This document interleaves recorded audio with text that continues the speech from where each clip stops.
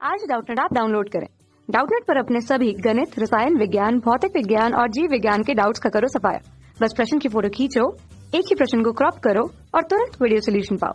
अभी डाउनलोड करें। प्रश्न दिया गया, रासायनिक अभिक्रियाओं का ऊष्मा परिवर्तन का कारण बताइए। ऊष्मा शोषी तथा ऊष्मा क्षेपी अभिक्रियाओं की परिभाषा दीजिए, प्रत्येक का उदाहरण भी दीजिए। ठीक है, चलिए देखते हैं। तो हमें पता है कि जब भी बंध बनता है, ठीक है, जब भी दो परमाणु जुड़ते हैं, ठीक है, फिर बंध बनते हैं, तो क्या होता है, बंध क्या होते हैं, एक मतलब कोई एक अणु है, कोई दूसरा अणु है, तो अणुओं का बंधों का टूटना और फिर दोबारा से बंधों का बनना, तो उसमें क्या होता है, ऊष्मा का परिवर्तन होता है। ठीक है, तो यहाँ पर पूछा जा रहा है रासायनिक अभिक्रिया में ऊष्मा परिवर्तन का कारण बताइए, क्योंकि बंध क्या होता है, टूटता है और फिर बंध नए फॉर्म में आता है। ठीक है, फिर रीअरेंजमेंट होता है, ठीक है, पुनः निर्माण होता है, ठीक है, बंधों का। इसलिए क्या होता है, कुछ ऊर्जा निकलती है ऊष्मा के रूप में, ठीक, और वो ऊष्मा परिवर्तन हुआ करती है। ठीक है, ठीक है, और ऐसी अभिक्रिया, ठीक है, ऐसा समीकरण लिखाओ जिसमें ऊष्मा का परिवर्तन हो, उसे हम क्या बोलते हैं, ऊष्मा रासायनिक समीकरण। क्या बोलते हैं, ऊष्मा रासायनिक समीकरण। इंग्लिश में क्या बोलते हैं, थर्मोकेमिकल इक्वेशन।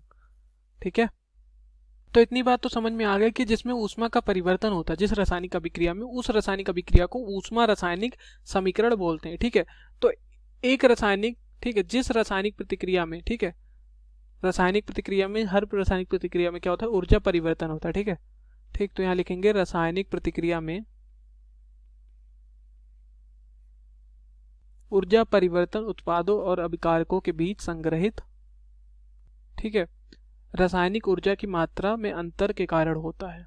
ठीक है, और ये जो संग्रहित रासायनिक ऊर्जा होती है इसी को हम, ठीक है, ऊष्मा बोलते हैं और यह इंथैल्पी बोल देते हैं। ठीक है, फिर पूछा जा रहा है कि ऊष्मा शोषी और ऊष्मा क्षेपी अभिक्रिया क्या है। ठीक है, चलिए देखते हैं। तो सबसे पहले ऊष्मा शोषी अभिक्रिया देख लेते हैं। ठीक है, तो यहाँ हमने लिख दिया जिस रासायनिक अभिक्रिया, ठीक है, जिस रासायनिक अभिक्रिया में परिणाम स्वरूप ताप घट जाती है, ठीक है, ऐसे अभिक्रियाओं को ऊष्मा शोषी अभिक्रिया कहते हैं। जैसे मान लो यहाँ पर क्या होता है, हमारा अभिकारक है, ठीक है, क्या है, अभिकारक, ठीक, और यहाँ पर क्या होता है, ऊष्मा क्या करता है, अवशोषित करता है। ठीक है, एक तरह से कह दे सकते हैं। फिर यहाँ पर उत्पाद हमारा निर्माण होता है उत्पाद का। जैसे कार्बन की अभिक्रिया हाइड्रोजन से, सॉरी, कार्बन की अभिक्रिया जल से, कार्बन को जल मिलाया और फिर जलाया तो कार्बन मोनोऑक्साइड और H2 बनता है, तो इसको हम ऊष्मा शोषी अभिक्रिया कहते हैं। और दूसरी अभिक्रिया अगर इसी में लिखे, जैसे हमारा नाइट्रोजन N2 और O2 की अभिक्रिया, ठीक है, तो हमारा NO बनता है, ठीक है, 2NO। ठीक है, ये सब हमारा ऊष्मा शोषी अभिक्रिया है। इसमें क्या होता है, ताप घट जाता है और ये हमारा ऊष्मा को अवशोषित कर देता है। ठीक है, दूसरी अभिक्रिया हमारी दी गई है ऊष्मा क्षेपी अभिक्रिया।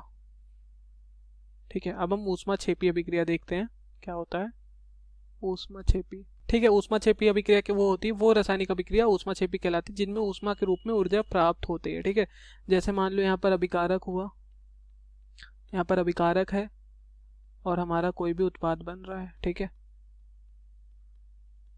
तब साथ में क्या होता है, ऊर्जा भी निकलती है, और वो ऊर्जा किस में निकलती, ऊष्मा के रूप में,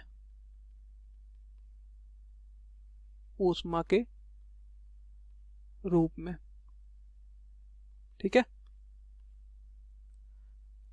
अभिक्रिया जैसे हमारा H2 है, H2 में ऑक्सीजन मिल रहा है, ये भी गैस के रूप में और ये भी गैस के रूप में। ठीक है, तो होता क्या है, देखिए, ये H2 जब O2 मिलते हैं दोनों, ठीक है, तो हमारा H2 जल बनता है। ठीक है, यहाँ भी ये भी गैस के रूप में। तो अभिक्रिया बराबर करोगे तो यहाँ पर क्या आ जाएगा, यहाँ 2 है और यहाँ पर भी 2 आ जाएगा। ठीक है, तो देखिए होता क्या है, यहाँ पर डेल्टा H जो होता है, ठीक है, जो हमारी ऊर्जा निकली वो कितनी निकली, -483.6 किलो जूल पर मोल, किसका, O2 का ये निकला है। ठीक है, तो ये हमारा ऊष्मा क्षेपी अभिक्रिया। Okay, thank you.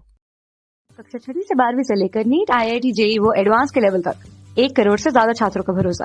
आज ही डाउनलोड करें डाउटनेट ऐप या व्हाट्सएप करें अपने सारे डाउट्स 8400 400 400 पर।